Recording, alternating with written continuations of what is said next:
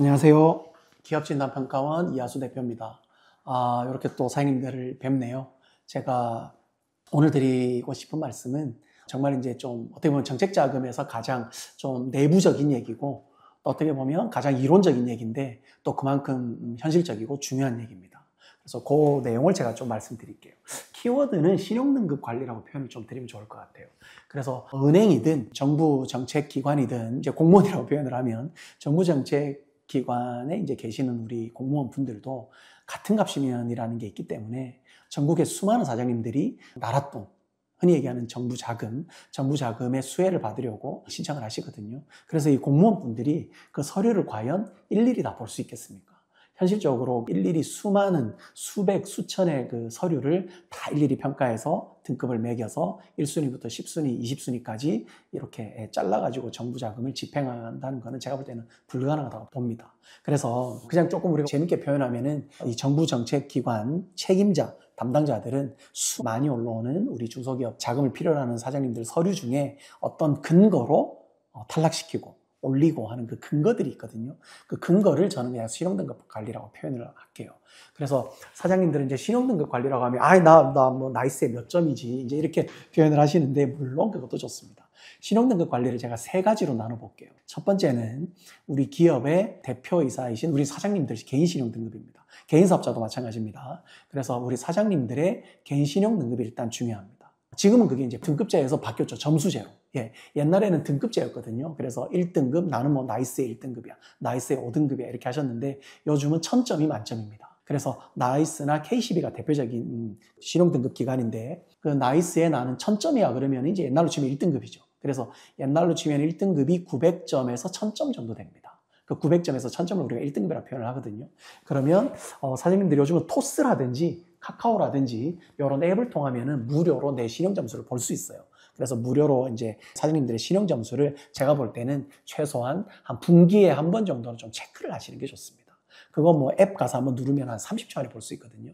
그래서 내가 지금 몇 점인지, 지난 분기에는 몇 점이었는데, 지난 분기에는 972점이었는데, 왜 이번에는 910점이지? 그러면 거기 사유가 또 써져 있어요. 그래서 우리 개인 사장님들의 신용 등급이 일단은 1번입니다. 그래서 그 신용등급을 관리하는 거 저희가 또 그런 컨설팅도 하거든요. 그래서 개인 사장님들, 즉 법인 대표님, 그리고 이제 개인 사업자 사장님들의 개인 신용등급도 신용등급 관리 중에 한 파트고요. 두 번째는 이제 제가 기업으로 가겠습니다. 기업은 두 가지로 나뉘는데 2번, 3번으로 나뉘거든요. 여기서 2번은 흔히 얘기하는 정량적 평가입니다. 정량적 평가는 재무제표를 말씀드리는 거예요. 그래서 재무제표가 여러 종류가 있지만 그 중에서도 우리가 융자를 할 때 가장 많이 보는 가중치가 높은 재무제표가 손익계산서와 그리고 이제 옛날엔 대차대조표라고 했죠. 지금 이제 재무상태표로 이름이 바뀌었는데 손익계산서와 재무상태표 그리고 이제 현금 흐름이 있습니다. 이 세 가지가 가장 가중치가 높은 재무제표고요. 이 재무제표에서 나오는 재무 비율들이 있습니다. 그래서 우리가 재무제표와 재무 비율을 합쳐서 저희가 정량적 평가라고 얘기를 하거든요.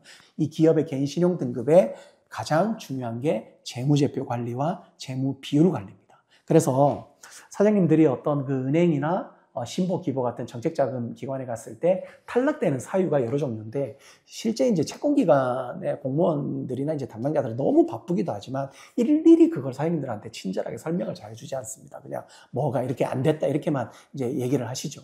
근데 이제 저희 같은 전문가들이 볼 때는 그 사장님들은 안 되는 이유들이 확실히 있거든요. 그 기업에 예를 들어 사장님 개인 신용 등급이 일단 안 좋으면 힘들어요. 사장님 개인 신용 등급이 너무 하위에 있으면은 기업이 좋아도 사실은 쉽지 않을 수가 있습니다. 그래서 사장님 개인 신용 등급도 저희가 한 꼭지로 보고 또 하나는 이제 재무제표, 재무 비율이죠. 그래서 재무제표에 뭐 사장님들 잘 아시겠지만 요즘은 그 가지급금 잘 아시죠? 가지급금은 이제 회사의 자금을 대표이사 이제 국세청에서는 대표이사라고 그냥 이렇게 얘기를 해버리죠. 우리 대표이사 분들이 별다른 사업 목적과 상관없이 돈을 인출해 갔다. 그래서 이게 뭐 횡령 배임이라고도 표현을 하는데 그건 이제 좀 너무 가는 것 같고 일종의 이제 회사 돈을 개인 사장님들이 이제 유용을 한 거죠. 그건 이제 가지급금이라고 표현하는데 이런 가지급금은 국세청하고의 이제 다툼도 크게 일어날 수 있고 세무조사에 원인도 되지만 실제로는 이 채권기관도 좋아하지 않습니다. 그래서 이제 예를 들면 신보 같은 경우는 이제 이런 입장이죠. 홍길동 사장님이 우리 보증서를 3억 정도 신청을 하시는데 저희가 재무제표를 분석을 해보니까 가지급금이 한 4억 정도 있는 거예요. 그러면 사장님이 회사 돈을 4억을 그렇게 뭐 빼가지 않았으면, 혹은 이제 순화해서 표현하면 빌려가지 않았으면 우리한테 돈을 빌리러 왔겠습니까? 그 가지급금, 이건 좀 모랄해지더라고 봅니다. 이렇게 좀 생각을 하거든요. 그래서 아주 옛날에는 이런 그 채권기관에서 재무제표에 있는 국세청에서 유익 있게 보는 그런 항목들이 있죠. 가지급금이라든지 가수금이라든지 이런 거에 대해서 그렇게 태클을 많이 안 걸었거든요. 근데 요즘은 이런 정부기관이나 은행도 국세청이랑 흡사 똑같은 얘기를 합니다. 그래서 사장님들이 조금 놀라기도 하죠. 국세청에서 싫어하는 가지급금 얘기를 신고에서도 하기 때문에 사장님들이 좀 놀라긴 하는데 요즘은 그렇습니다. 요즘은 이 대통합의 시대라서 신고와 국세청이 그냥 같이 보신다고 보면 돼요. 그래서 그런 가지급금 같은 내부적인 문제가 있어도 그런 재무제표에 있는 내부적인 문제도 신용평가기관이나 채권기관에서 끄집어내서 하자로 삼거든요. 하자로 삼고 탈락시킵니다. 그래서 이 신용등급 관리 중에 두 번째, 사장님 개인 신용등급과 더불어 재무제표, 재무비율인데 옛날처럼 그냥 은행에서 보는 그런 부채비율 이런 것만 단순하게 보겠거니 이렇게 하시면 안 돼요. 부채비율, 유동비율 이런 것들은 기본으로 보는 거고요. 좀 더 깊숙하게 국세청에서 보는 그런 것들도 봅니다. 제가 예를 하나 들어보면 실제 있었던 일이거든요. 예를 들어 A회사, 중소기업이 우리 정부 이제 정책 자금을 5억 정도를 융통, 즉 이제 융자를 받았는데 얼마 지나지 않아서 이제 중간 배당을 한 거죠. 그걸 트집 잡아서 일부 원금 상환 압박이 들어온 경우도 있어요. 그래서 지금은 이 국세청과 신보가 물론 전산을 똑같이 보진 않습니다. 전산을 똑같이 보진 않지만 우리가 이제 보수적으로는 저희도 마찬가지고 보수적으로는 국세청이 보는 시각과 채권기관이 보는 시각이 별반 다르지 않구나. 이렇게 좀 알아주시면 좋을 것 같아요. 그래서 오리지널로 이 재무제표와 부채 비율이 어떻고 유동 비율이 어떻고 매출이 증가하고 있고 그리고 이제 뭐 자산은 뭐가 많고 이런 이제 오리지널 옛날 클래식한 재무제표 재무 비율은 기본이고요. 요즘은 제가 이제 내부 관리라고 표현을 하거든요.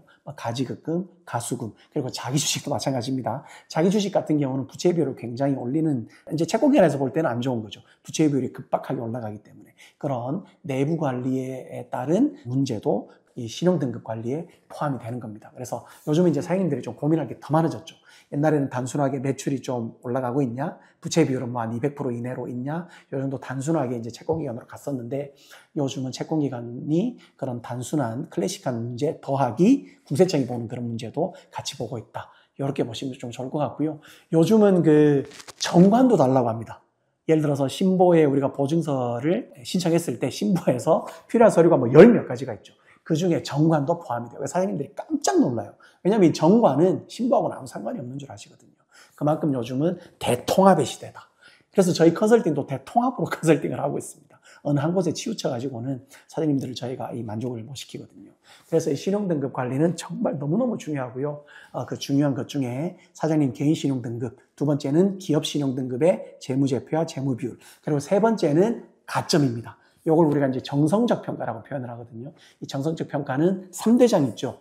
특허, 지적재산권, 그리고 고용, 그리고 인증. 이 3대장은 기본이고 나머지 채권기관마다 좀 더 가중치를 두는 가점, 그리고 우리 회사에 특화된 가점, 이런 것들 정성적 평가가 반드시 따라줘야 됩니다. 그래서 우리가 신용등급을 잘 받아서 정책자금이나 은행의 자금을 잘 효율적으로 쓰기 위해서는 세 가지가 있어야 됩니다. 첫 번째는 사장님 개인 신용등급이 좋아야 되고, 두 번째는 재무제표와 재무비율이 좋아야 됩니다. 이걸 우리가 정량적 평가라고 하고요. 마지막 세 번째는 정성적 평가라고 하는 일종의 가점 싸움입니다. 이 세 가지를 제가 신용등급 관리라고 하니까 그렇게 좀 알아주시고, 그리고 이제 제가 덧붙여서 한 말씀만 좀 더 드리면 채무 분석이 너무 중요합니다, 사장님.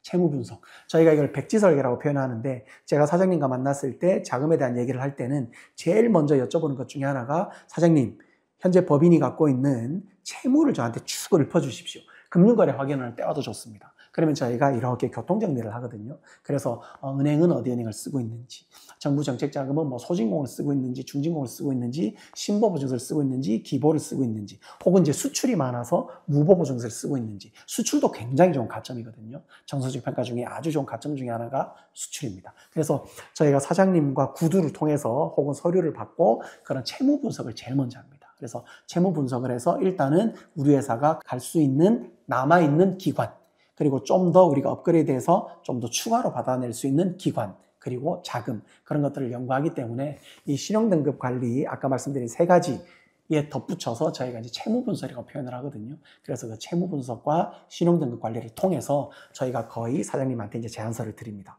골든타임과 함께 추가로 해야 되는 빌드업, 그리고 이제 공략할 수 있는 자금과 기관.